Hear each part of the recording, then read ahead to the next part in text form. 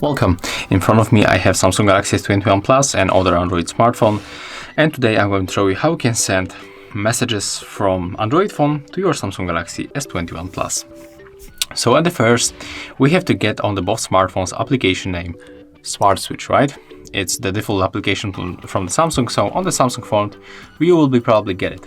But on the other Android phone you have to get it from the Play Store, and if you download this app you have to simply open it on both smartphones. And right now, if you got here any of the notification, like if you want to get access to the location, to the Wi-Fi, to the messages, you have to accept all of them. That's what this application needs to work properly. After that, let's go on the Android phone and choose the wireless connection. On our Galaxy S21 Plus, click to receive data. Okay, as you can see, you don't even have to tap on it. It just connect automatically.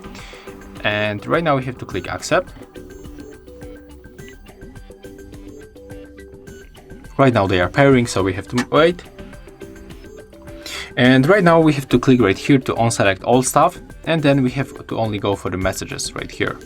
So when you click here, you are able to send all messages that you have on this smartphone, but when you tap on this arrow, you are able to enter and then choose last from the 2 years, 1 year, 6 months, 3 months and last 30 days.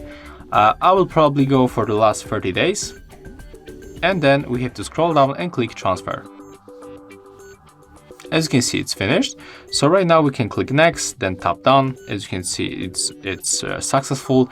So right now when we enter for the messages, we can find all of these messages that we transfer from this smartphone to this one. So that's how it looks. Thank you guys for watching.